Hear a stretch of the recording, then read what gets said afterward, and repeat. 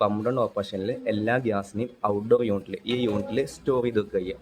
അപ്പോൾ ഔട്ട്ഡോർ യൂണിറ്റിൽ 2 കണക്ഷൻസ് ഉണ്ട്. ഈ കണക്ഷൻ എന്ന് പറയുന്നത് നമ്മളെ തണുത്ത ഗ്യാസിനെ ഔട്ട്ഡോറിൽ നിന്നും ഇൻഡോറിലേക്ക് പറഞ്ഞേക്കുന്നതാണ്, ഇവാപ്പറേറ്ററിലേക്ക് പറഞ്ഞേക്കുന്നതാണ്. ഇത് നമ്മൾ ആദ്യം തന്നെ ക്ലോസ് ചെയ്ത് വെക്കും, അല്ലെങ്കിൽ ഉപയോഗിച്ച് നമ്മൾ എന്ത് ചെയ്യും, ഇവിടെ ക്ലോസ് ചെയ്ത് വെക്കും. ഇങ്ങനെ തിരിച്ച് ക്ലോക്ക് വൈസ് തിരിച്ച് കഴിഞ്ഞാൽ ക്ലോസ് ആവും.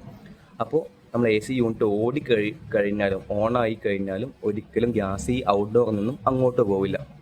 ഈ വരുന്ന വലിയ പൈപ്പ്, സർവീസ് വാൽവുള്ള ഈ പൈപ്പ് റിട്ടേൺ വരുന്നതാണ്. ഇൻഡോർ യൂണിറ്റിൽ നിന്നും നമ്മളെ ഔട്ട്ഡോറിലേക്ക് റിട്ടേൺ വരുന്ന പൈപ്പാണ്. അതാണ് ഇച്ചിരി വലിപ്പം കൂടിയത്. ഇത് നമ്മൾ ഫുള്ളി ഓപ്പൺ ആയിരിക്കും ആദ്യം. എന്നിട്ട് AC ഓണാക്കി കഴിഞ്ഞ് കഴിഞ്ഞാൽ ഇൻഡോർ യൂണിറ്റിൽ നിന്നുള്ള എല്ലാ ഗ്യാസും ഇതുവഴി നമ്മൾ നേരെ ഇങ്ങനെ പോയി നേരെ പിന്നെ മുകളിലോട്ടാണ് പോണത്. മുകളിൽ നേരെ അക്യുമുലേറ്ററിലെത്തും. അക്യുമുലേറ്റർ നേരെ ഗ്യാസ് മാത്രം കംപ്രസറിലെത്തും. കംപ്രസർ നേരെ കംപ്രസ് ചെയ്തിട്ട് നേരെ നമ്മുടെ കണ്ടൻസർ കോയിലെത്തുക. പിന്നെ കണ്ടൻസറിന് ഒരിക്കലും എന്ത് ചെയ്യില്ല, റിട്ടേൺ പോയിട്ട് നമ്മൾ ഇൻഡോർ യൂണിറ്റിലേക്ക് വീണ്ടും പോകില്ല. കാരണം ഇത് നമ്മൾ ഓൾറെഡി ക്ലോസ് ചെയ്ത് വെച്ചിരിക്കുകയാണ്.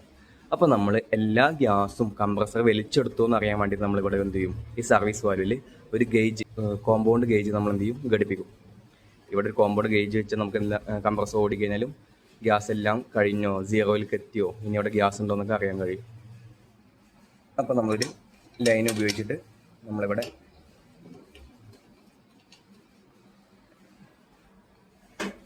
ഇങ്ങനെ കോമ്പൗണ്ട് ഗേജ് ഇങ്ങനെ കൊടുത്തു വെക്കും. എന്നിട്ട് AC ഓൺ ആക്കി കഴിഞ്ഞ് കഴിഞ്ഞാൽ ഇവിടെ ഇപ്പോൾ ഉള്ള പ്രഷർ ഇപ്പോൾ ഒരു 50 to 60 ആണ്, PSI ആണെന്ന് കരുതിക്കോളും.